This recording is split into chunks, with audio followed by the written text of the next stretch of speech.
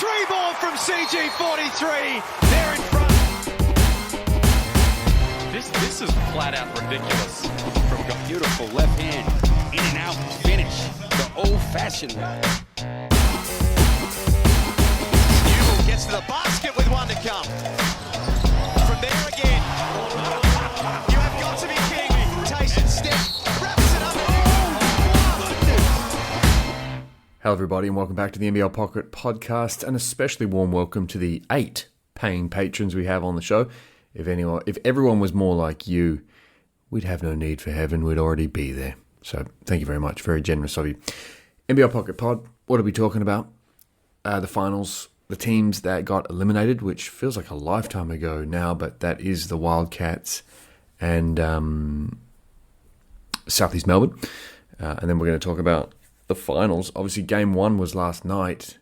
Kings took it 112-68. That's a 44-point win margin. Is it indicative and predictive of the series and how it's going to go? The Kings shot 66%, only attempted 24 threes, whereas the 36ers went in for 37 three-point attempts and shot 35% from the field all over. Cotton had 4 turnovers, 10 points maybe. There was a 20-plus rebound advantage to Sydney. We're going to talk about grand final predictions and premonitions, but I think actually first we're going to reel it right back and talk about the Wildcats and Southeast Melbourne. I wrote this script on the 18th of March. It's now the 22nd, the day after game 1, so it's fun to look at what I thought of then. I'm going to stick with what I've got, of course. I'm not changing this, but just fun to see what's going on. But before we do that, let's go Southeast Melbourne. Southeast Melbourne Phoenix, their season came to an end. Well, it seems like about just over a week ago now. Let's talk about what they've got on the books and what they're going to do.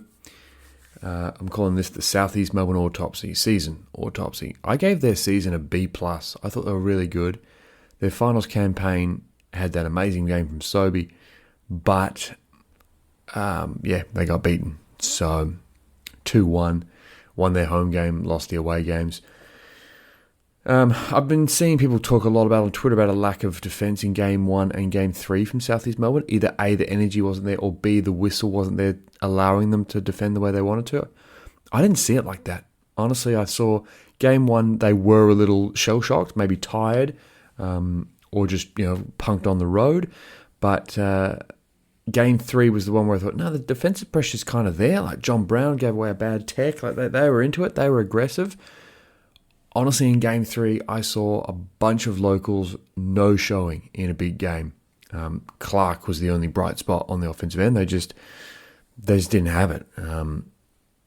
Choke? No, not a choke. But just when you let all the air out of the balloon at the one time, just total deflation. It was unimpressive. But to play the other side of the coin, Cotton scored 109 points across the three games. 36 makes on 63 attempts. That's 57%. 17 assists, 11 turnovers. Cotton forced his way to the foul line 28 times, connecting on 24 of them. There was nothing you could do against this guy that wasn't going to result in a high percentage play. And then also, this is the stat that's more incredible. No, it's not more incredible than the points and all that production, but Cotton played in all but 3 minutes and 26 seconds across this series. Not in one game. That's the amount of rest most guys get. Most star players only play 28 to 32 minutes. This guy only got 3 minutes and 26 seconds rest the entire series. It actually harpens back into what I was talking about with the Wildcats, or I'm about to talk about the Wildcats, but at the start of the year in the off-season, Danny Mills and Mark Arena were saying how, with Cotton, you can't really build a balanced roster. Now, whether they were that specific, I don't think so, but they were certainly saying, we want to build a balanced roster like Illawarra, who won the championship. That's what wins you in the NBL. Well, Adelaide have probably the most imbalanced roster in the world, and Cotton has totally carried them to the final. So And then you look at what else they said, which is like balanced team, 3-day waiting period, no regrets. I kind of feel like Billy Bean in Moneyball. It's like you're talking all this nonsense, you know? What the fuck are you talking about, man? That sums it all up. Going back to the Cotton yelling at Wells thing, it seems like it's ancient history now, but maybe it'll play out in the Kings series. I'm going to go to another soundbite. Cotton is playing with such a chip on his shoulder this season. It's clearly to prove Mills wrong, Arena wrong, Wildcat management, Wildcat coaches, all of it. You know, Wildcat fans in general, they seem to still support Cotton from what I've seen online, but still he's looking to prove everybody wrong. And I hated it. I hated to see it. And when Wells got yelled at, he completely went back into his shell like a frightened turtle. But there's Cotton playing with a chip on his shoulder, and he's got this fuck on the sidelines pretending to be the star attraction. And we smack referees on the nose when they interrupt the play. And we say, oh, you know, we're not here to see the refs. Well, whack, coaches. I'm not here to see you either. You know, set your plays, set your strategy on the sideline, pretend like you're doing something on the sideline. I don't know what, they don't actually do anything. That's why Lindsay Gaze used to just sit all game, because he realized, I'm actually a total footnote in this adventure unless I'm calling a timeout. So just sit down and shut the fuck up. And I think with Cotton, it's like when Woody is going off at the International Basketball Brother Tournament for Unity or whatever it is. He ain't got shit. He ain't got shit. He ain't got shit. And he's losing it, and Wesley has to shut him down and calm him down and remind him that this is about money, this is about greed. You got that, and I'm not going to let you fuck it up for me. And that was what Cotton in that conversation was saying. This is about money. This is about green. You got that? Look, man, I need this $5,000. And I am not about to let you blow this for me. No fucking way. You know, the team with the better team won as far as South East Melbourne versus Adelaide. It just seems that way. The only thing this series told me is that SEM are relying on some guys that they need to upgrade or have some more insurance for.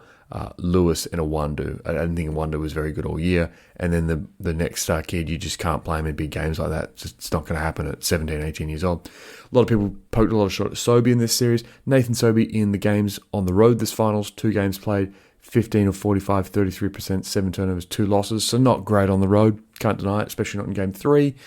Nathan Sobey in games on the road in last year's final, 5 of 6 and a loss to Perth. That was at home, but you know, in the away games, 13 of 30, 6 turnovers and 2 losses to Illawarra. So not a great showing on the road for Sobey. And you know, was this series a referendum on whether he can take you to the next level if he's your best local? I think that's a part of a bit of a crass question, to be honest. And there's not a huge sample size, especially I haven't gone back to a huge sample size. I can't be bothered. Real GM's not a nice website to navigate. All I can say is I like Sobey's game, and there was plenty to love about game 2. They just need insurance for his, I wouldn't say erratic, but just they needed more insurance. They're a thin roster compared to certainly Sydney and not so much Adelaide, but definitely the top teams. Looking at next year, and we are going to do this, we're going to look at who's under contract for SEM and them going forward. Sobey turns 36 next season. Here's who South East Melbourne have under rotation, under contract for NBL 27. Glover, Foxwell, but I've got an asterisk here because I believe he departs for LSU and his college commitments. And then you've got Hunter and Sobey, who are both on mutual options, which you'd think the team would pick up.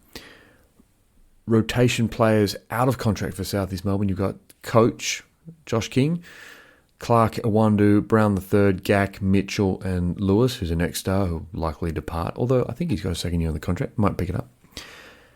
Looking at that and who should come back out of that list, Josh King, obviously.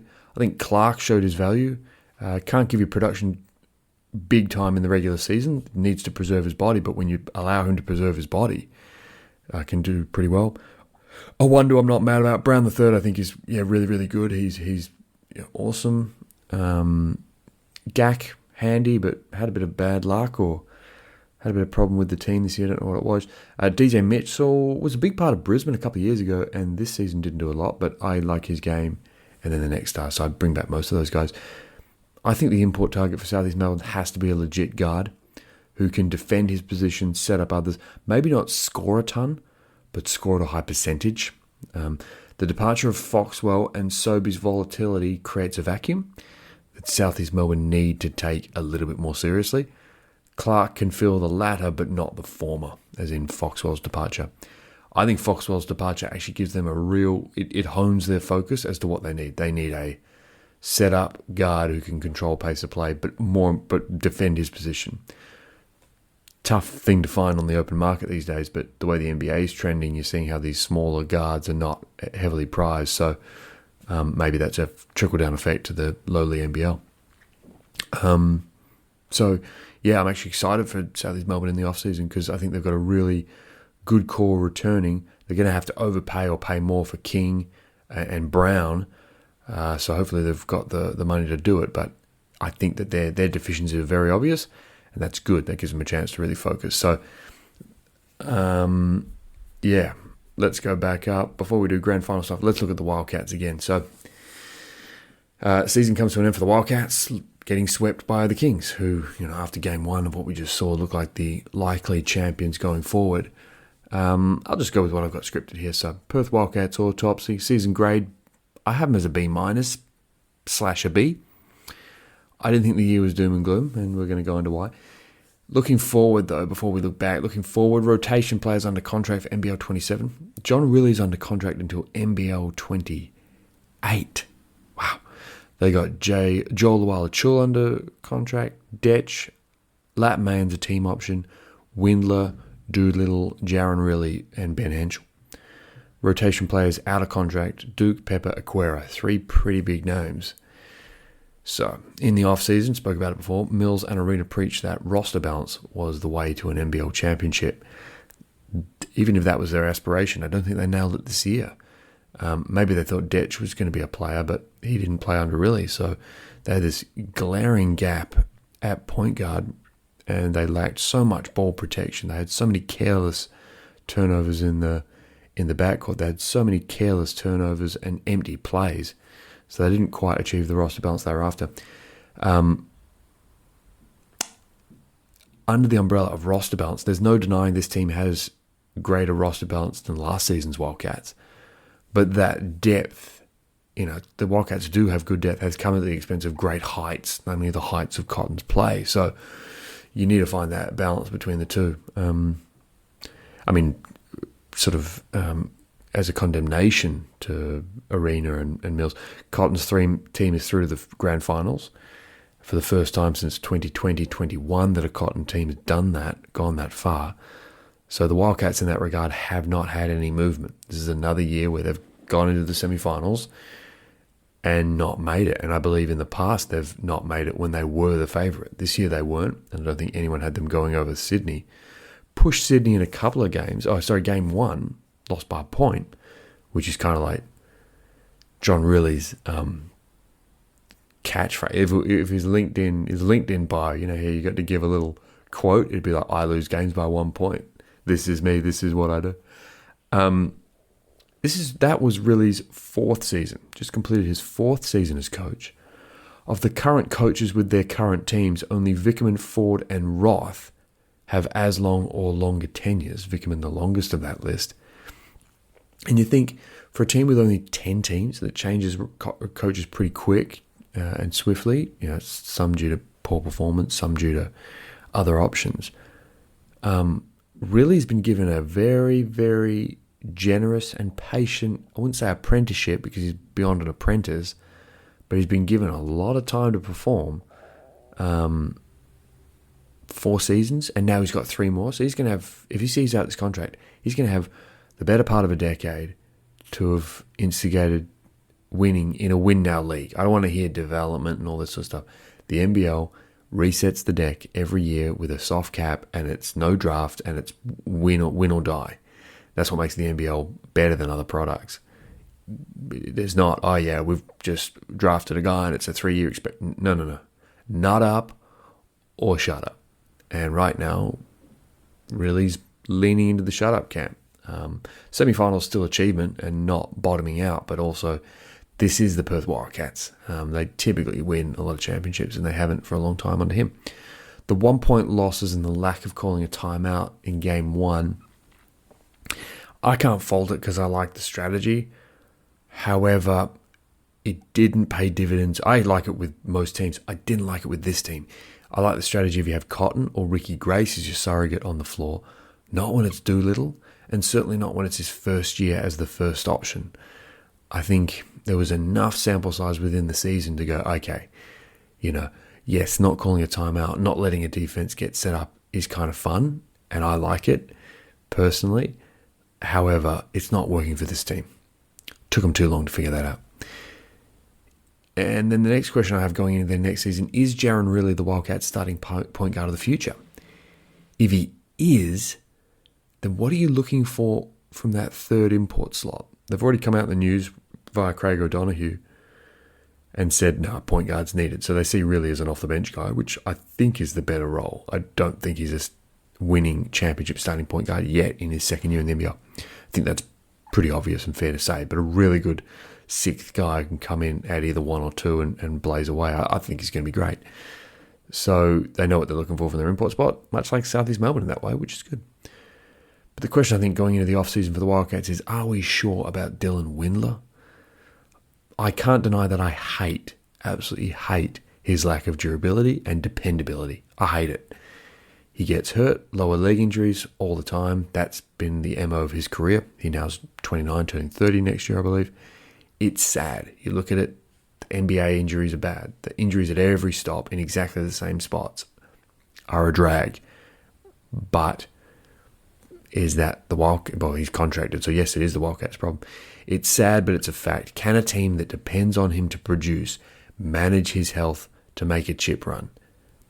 The torn plantar fasciitis, whatever it is, fasciitis. The way that got torn in just a basketball maneuver, not even a play, not contact, just fell down under the basket and got hurt. It's just not what you bet. It's not what you put your money behind, for me anyway. Going to Duke. I think we can all agree Duke is not the guy and won't be returning. Even in taking into account his injuries and the fact is he just couldn't run. He couldn't finish at the cup and he couldn't really run the team. And when they did for 5 minutes in Game 3, it did not look good. Amazing athlete, amazing third import. If you're just looking for sort of pops of athleticism and energy and so forth, yeah, really good option. If you have a functional basketball need that needs filling, he's not the guy. But this all comes down to the fact that they rushed the signing of an import, not Jones. We forget about Jones. This was the Wildcats post-Cotton. They signed Mason Jones and thought that was, Jesus Christ. They rushed the signing to get a player when they headed into Adelaide, and that was it, and it showed. This team, and more specifically the ownership, will always be the ownership that let Cotton go. This is the way it's going to be. Now, Cotton himself, his dislike for Riley, his dislike of Arena and Mills in particular, plus a little fun funneling from some funky sources also played a part. But as a result, this iteration of the Wildcats will always be the Kevin Federline, the ex Mr. Britney Spears. The first and last name won't matter. You've got, that's just what this iteration is going to be. And every finals, when they don't make it, it's going to be, should have signed Cotton. It's going to be worse. I don't know what was worse. Overpaying, or what you think was overpaying Cotton, and always knowing like, oh yeah, we didn't get to really build the team we want. We didn't get to play with the toys we want. Or, he bosses around our players and he's, a strong locker room presence and he's demanding of our coach. Or every time you fail, people pointing to Bryce Cotton, it drive you nuts. So either way, you're damned if you do, damned if you don't. It's kind of like 1984, George Orwell. Damned if you've had the thought now. Once you have the thought, you may as well express it. I want to break out a little bit and go back into John Riley. The no timeouts and 1 point losses are a condemnation of his abilities. Not a fatal one, but what team loses that many 1 point games? Come on. This team had a lot of empty possessions, as I said before. Part of this is a personnel problem, the lack of a PG, but exacerbated by Willie's style of coaching. The lack of recalibration. This is what I thought was really bad from Riley. The lack of recalibration when Dellavedova went to Doolittle. And there was no effort to force action in the paint. Touches for Doolittle. The touches for the bigger player, that was poor. And I think I heard Joey Wright and Buddy Nodge comment on that in their podcast. And it's certainly something I noticed as well. Really has been given and is continuing to get a very courteous and patient apprenticeship, an opportunity by Perth. But this is not a cupcake league. Very few coaches get this lengthy of a chance to produce.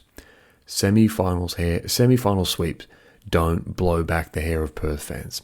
So, however, having said all that and slagged off really Windler, Duke, and ownership, however, I do like the fact that a rotation of Luala Chul, Doolittle, Windler when healthy, Jaron Riley, an import of quality at the point guard spot, Henschel, Pepper, and Wagstaff, just those 8, is a team of quality and, dare I say it, a contender for the grand final and the championship, therefore. The ingredients are there. Right now, it's the recipe. That's the issue. They're a couple of pieces away and a healthy Riley who makes them better. I don't think a healthy Riley would have made a difference this year. I don't think they were getting through Sydney. And if they got to Adelaide, I don't think they're getting through them either. I think they finished where they finished. But these ingredients are good. You could see where, and we've only seen game 1 of the finals, and now we're going to broach into that topic, but we've only seen game 1. But we saw where the total lack of length and size and athleticism of Adelaide, putting aside Cheatham and Cameron, but the total lack of, and Cotton, of course, the lack of size and length is killed Adelaide. The guys like Cooks, Malawatch, Suarez not really, but he's got pretty good size and strength and speed and stuff. And Dellavedova, who hasn't got either of those things but can maintain his position. But certainly Galloway, but Cooks is the driving force of all that length. Like, they just monstered everything. Whereas Wells loves to go with these grounded small lineups of Cotton, who's pretty swift and athletic, but, Isaac White and Jenkins and Humphreys when he's out there, and Kenya. Like, there's just not that dynamism whatsoever. Whereas, the Wildcats had that to a degree. Doolittle, huge athlete, really, really quick on his feet. Duke was a good athlete. So, honest to God, if I had my choice, I wouldn't return Windler, and I'd bring back Duke over Windler. I just thought Duke gave you so many options athletically, and he got hurt, but he had an actual freakish injury, not just a degradation injury. So, anyway. I'm blabbing the point. Let's do some grand final stuff. So, as I say, I wrote the script on the 18th of the 3rd. We're now on the 22nd of the 3rd, so 4 or 5 days ago. I want to talk about the schedule. Grand final schedule. Game 1 was yesterday, Saturday, March 21st. Game 2 is going to be Friday, March 22nd. We're going to wait 5 days from today, a whole working week before we get any more basketball. And game 3 is going to be on March 29th, so only a 1 or 2 game gap. And then game 4 will be on April 1st, 3 days later. So very wide schedule at the top, and then closer and closer as they come together. So that's why game 1 is even more a bigger factor. So if you've picked Sydney in this series, I don't know what you were thinking ahead of time, but it just means like now you've got the team that's down is going to have to chase wins games 3 and 4 while being tied and everything. At the start, and before this season began with Game 1, Sydney were $1.39 to win the series. Adelaide, $2.94. That would have obviously blown out a little bit after this Game 1 loss. This is what I had written here, and I feel pretty good about it. Just quietly, if you think this series was going to be like it was in Game 1, like a total lolly scramble where, Sydney get the best of Adelaide and get the better of Cotton and hold his production. And then on their end, it's just a total, like they did, just a run up the score where everyone scores. Just quietly, it's $17 to take the field, so outside of Cotton and Kendrick Davis, to be points leaders across the series. And I've got here, just depends on how much you like Craig to explode, but Davis was the top scorer in Game 1, 24. Suarez behind him, 22. So I thought it was going to be Craig, who just in a defensive effort was just going to absolutely smack on points. But you could see a game where if all these are blowouts and they sit Davis, or Davis isn't that keen about, they're not that, Sydney aren't that resolute or militant about running through him to get high percentage players, and they're happy to just come down the court and run and gun. It can be anyone to top score this series. Anyway, that's there. I've got here at the start of the thing, who will Dellavedova guard this time? Well, we kind of got an answer. When he was on Bryce Cotton, it was some of the best defense I've ever seen in the NBL. Certainly this year, and certainly going back the last sort of 5-10 years. He's an incredible player, and he drives winning in the NBL. Wherever he goes, the organisation becomes serious because there's no fucking around, and every organisation he's on kind of spends. They see like, oh, we're actually good. We're going to spend, and the Kings have done that. I mean, bringing on Torrey Craig, that's an expensive manoeuvre late in the season. So he just brings such legitimacy to teams on and off the court. And, he can't score and shoot and is bad to watch on offense. Unattractive to watch. But the defense, just incredible. So who will he guard this time? It's a bit of Cotton. It's a bit of everyone, really. The 36ers have the best player in the series, but the Kings, again, dominate spots 2 through 8. I want to talk about two people on Twitter now. Adam Westerhout is like saying on Twitter, it was a great tweet, I think I may have retweeted it. He's like, Perth fans are all too familiar with seeing Cotton getting blitzed and doubled off screens and this amount of pressure and the size thrown at him. This is not uncommon. This happened during his series, when he was coached by Riley. This happened when he was coached by, what's his name? Trevor Gleeson. So this is not a surprise. This is not a new strategy from Gorgon. What's interesting is the total lack of counter attack from Wells and Adelaide. They just took it on the chin. And then I saw in his press conference, he's saying we don't need to make any adjustments. I disagree with the Coach of the Year candidate. So the question I've got here is, who will be the second best player in this series for Adelaide? Do we like Rakocevic against this front line of the Kings? Cameron against Craig and Mullerwatch? And same question about Jenkins and Vasiljevic. And then Isaac Humphries, who my new nickname for him is Disappearing Ink. So I think if you look at game 1, what do Adelaide do? Do they run with a huge lineup? Do they secure the backboard? That's something they got to do. I mean, I think I looked at those game 1 stats where they got out-rebounded plus 20. Because they were getting out-rebounded, the pressure when they actually did finally finish a defensive stand, get a rebound and go the other way was so seldom and so rare that they were just under pressure to, score big and score and just put them under so much pressure. Do you focus on securing the backboard? And in which case, do you play like a Humphries, Rakocevic, Cheatham? You can't play all three together, but you probably have to have 2 of them on the court at the same time, and you have to slow things down. But I don't know if there's any way forward. Sorry, guys. But the second person I wanted to tweet, quote, or whatever you call it, is Mike Lifts. Great energy and conversation on Twitter about the NBL. Was very keen on this podcast coming out earlier. Apologies to him. And the reason why I didn't get this podcast out earlier is because on the days or at the times I wanted to record, I ended up going to the gym with much inspiration from Mike Lifts, who posts really frank, honest, and achievable advice for people going to the gym. So that's a good Twitter follow. Total off-grid, off-subject chat there, but I think Adelaide at FUC Cade, I don't know what they do. If Cotton's not going to get off, I don't like this team, and Wells is running these small lineups. I think it's a disaster. And I even had here my script from the 18th, no frills or thrills from me. Sydney in 4 games. Their defensive options on Cotton are too strong, and the lack of offensive tension breakers for the 36ers, I think, is a death sentence. And I know you don't know for a fact that I wrote that before game one, but I think a lot of people would have said similar. So there's no Nostradamus here.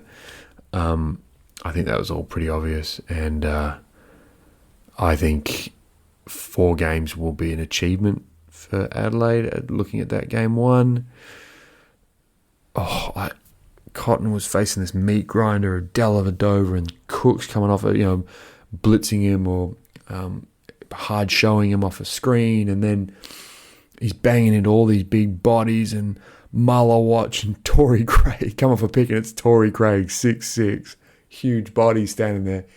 And then at the other end, Davis comes down and I think had 3 or 4 possessions in a row on Isaac White by himself. Isaac White, nice little player.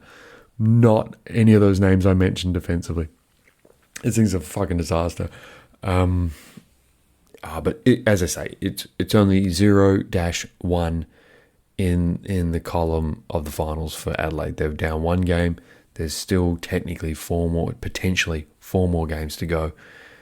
If they can get 1, I'd be impressed by them. But they got to slow the pace. They do have a fraction of a size advantage. Maybe execute that. Jenkins kind of looked okay, but not an athlete. Anyway, I'm belaboring the point. I did. That's all I had. I had 5 dot points on the grand final because I don't think it's going to be particularly enriching. And that's that, guys. That is a look back at the teams that didn't make it and looking forward to games 2, 3, perhaps 4, and perhaps 5. That is NBL Pocket Podcast. We'll come back.